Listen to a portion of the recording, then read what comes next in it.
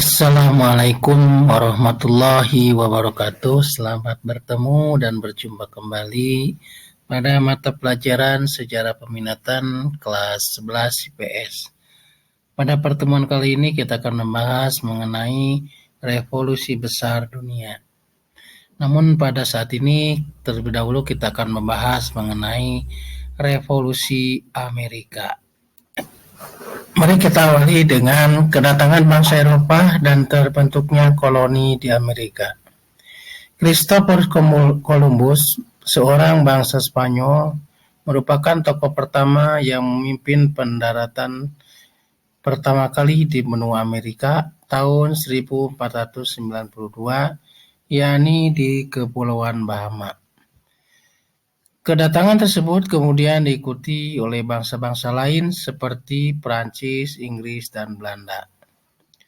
Kedatangan bangsa Eropa disebabkan karena faktor politik, agama, dan ekonomi. Bangsa-bangsa Eropa yang datang ke Amerika kemudian membentuk koloninya masing-masing.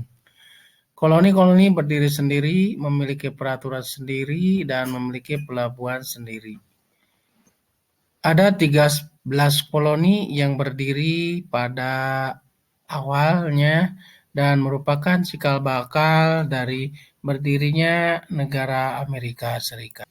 Baiklah, kita lanjutkan ke bagian berikutnya, yaitu Perang 7 tahun dari tahun 1756 sampai dengan 1763. Penyebab utama Perang 7 tahun adalah keinginan Inggris untuk menguasai seluruh wilayah Amerika bagian utara.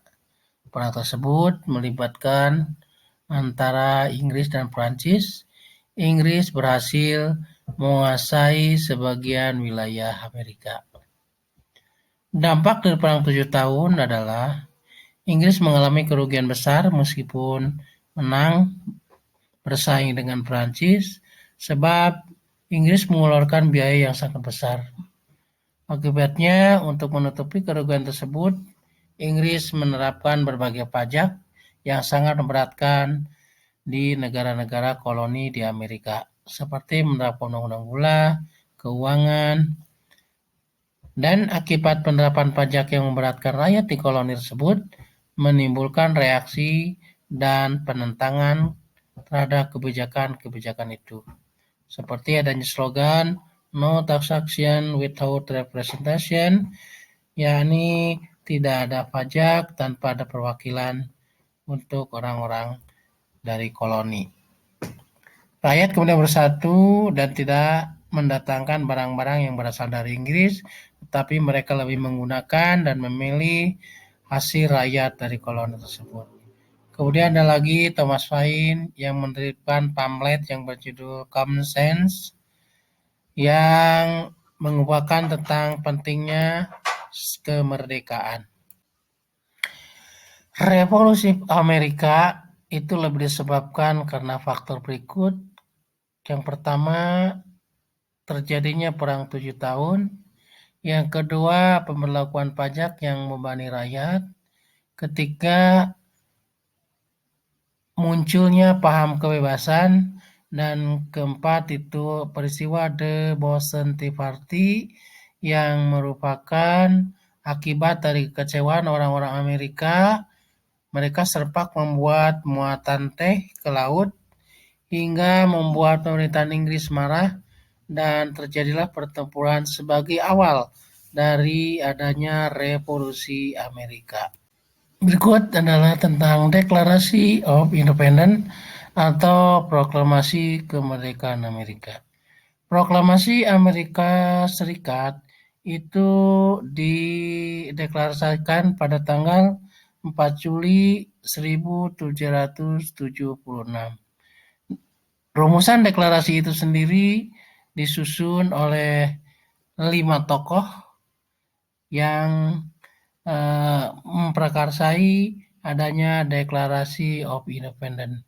Di antaranya adalah John Adams, Thomas Jefferson, Benjamin Franklin, Roger Sherman, dan Robert Livingston.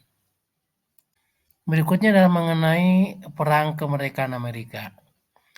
Tentara Amerika dalam perang kemerdekaan itu dipimpin oleh yang bernama George Washington.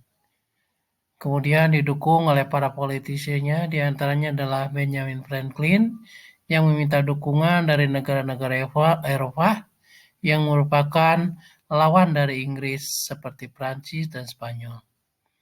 Prancis membantu Amerika dengan meningkatkan pasukannya di bawah pimpinan Jenderal Lafayette.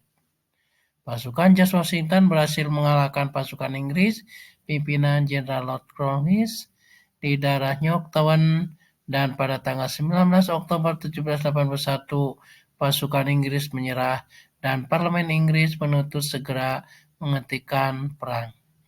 Pada tanggal 3 September 1783, secara resmi ditandatanganilah Perjanjian Paris yang berisi mengenai pengakuan kemerdekaan ke-13 koloni yang menjadi negara merdeka, yaitu Amerika Serikat. Terakhir, kita bahas tentang dampak dari Revolusi Amerika.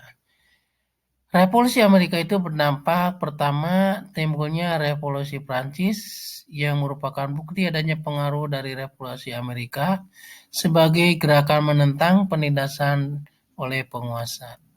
Yang kedua, berkembangnya sistem demokrasi. Ketiga, pengakuan dan penegakan terhadap adanya hak asasi manusia. Dan yang terakhir adalah menginspirasi bagi negara-negara yang sedang dijajah untuk mendapatkan kebebasan dan kemerdekaan. Demikianlah pembahasan singkat pada pertemuan kali ini. Akhirnya semoga ini dapat bermanfaat dan dapat menambah wawasan ilmu pengetahuan kita. Akhirul kalam, wassalamualaikum warahmatullahi wabarakatuh dan terima kasih.